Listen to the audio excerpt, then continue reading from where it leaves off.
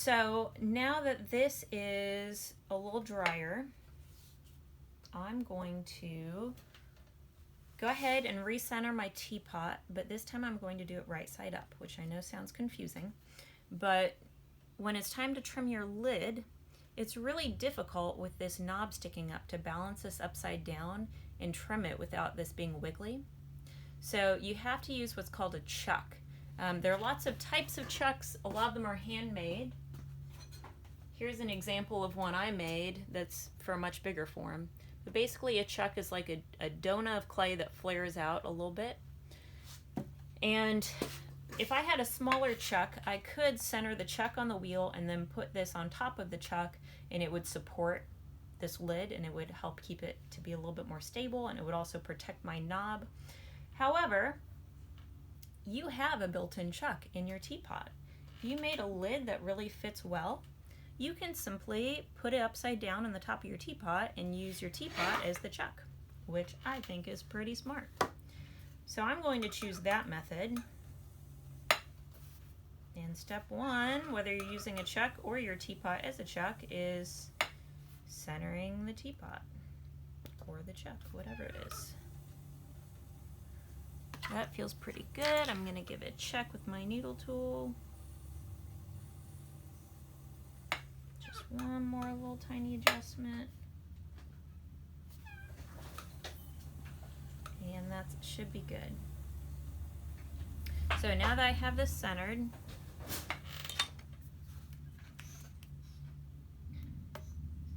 that's my husband checking in, if you heard the door. Now that I have this centered, I'm going to lock it down.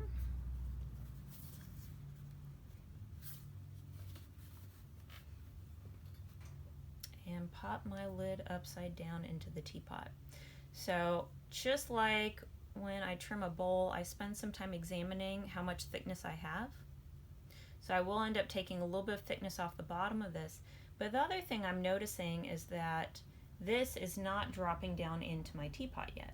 I know that this edge fits perfectly just based on the way it fits upside down, but it's this corner right here that's not dropping down inside my gallery, and it makes sense because I have all this extra clay. So really my first item of business in trimming this lid is to just get that corner back. So I'm going to start by trimming off that extra bit of clay that's flaring out from where this lid was attached to the wheel. And now I'm checking it. So that still doesn't quite fit, and that's okay. So I need to take this back even a little bit more. And this is really my process. I just trim a little bit, stop, pick up my lid, check it. Getting rid of all my little crumblies because I don't want to seal those onto my gallery. Okay, I'm making progress. This is starting to drop down inside, but it's still not going completely. So yeah, this is the big perk of using my teapot as my chuck. Because this gallery is recessed, you notice I'm not holding this lid down with any clay. It doesn't need lugs on it because that gallery is holding in place. Ooh, I'm almost there. But it does mean it's super easy to pick this up, give it a little check. I think I have a little piece of clay under part of that that's not sitting flat anymore. There we go.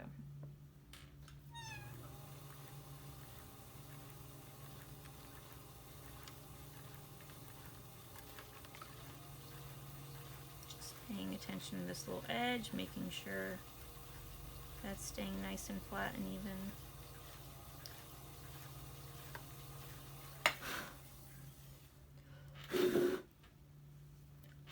Okay, we are in place now. That was perfect. This fits. It's a nice fit. There's not too much wiggle room there. And now I can move on to addressing the bottom of this.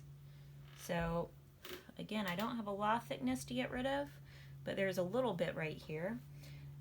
And then there's also this area where my knob comes up where there's extra thickness right here in the middle. So I'm going to end up actually taking down a little part of this. If needed, if you have a little unevenness, you can come in with a bigger tool just to flatten this out to start with. But I really like using a smaller tool just so you have a little more control. So I'm taking down the center where that knob sticks up.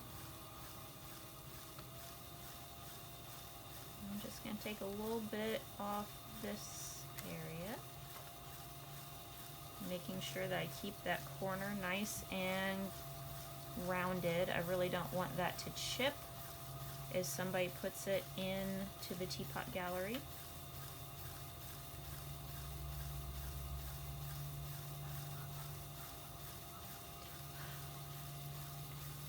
I think I'm ready to check this again.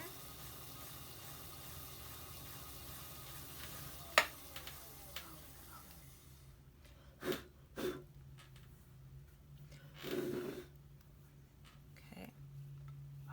that's feeling a lot better. Still think I can go just a little deeper into the center of my teapot knob.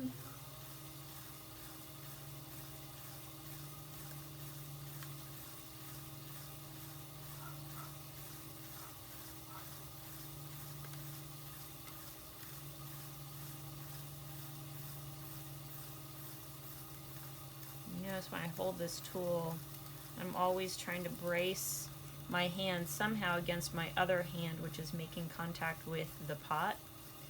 If I just hold it like this, that's not very stable. I do that when I trim anything.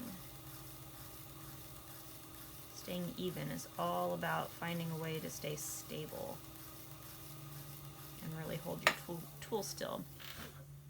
Okay, I need to round this corner just a little bit more.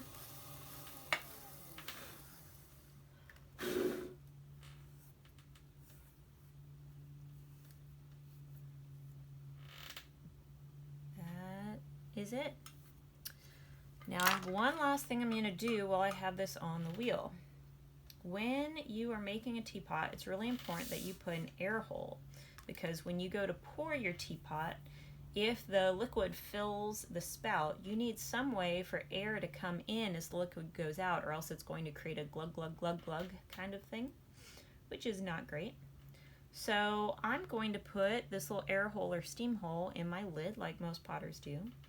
If you had a knob that was more the style of the other lid I made,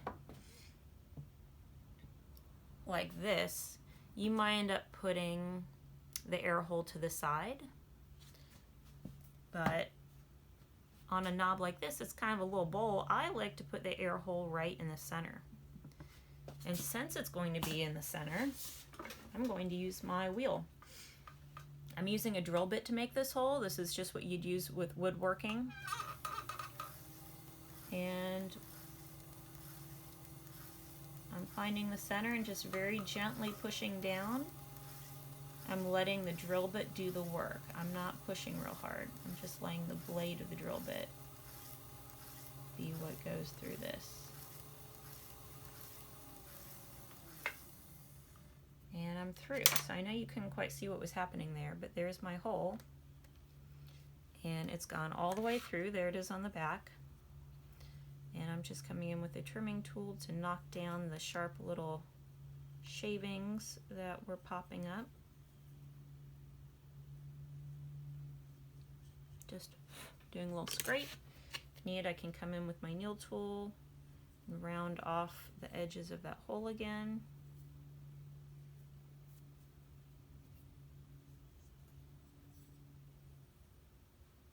And there it is, my finished trim lid with an air hole,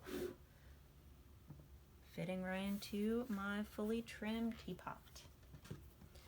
So next up we have handles and attaching spouts.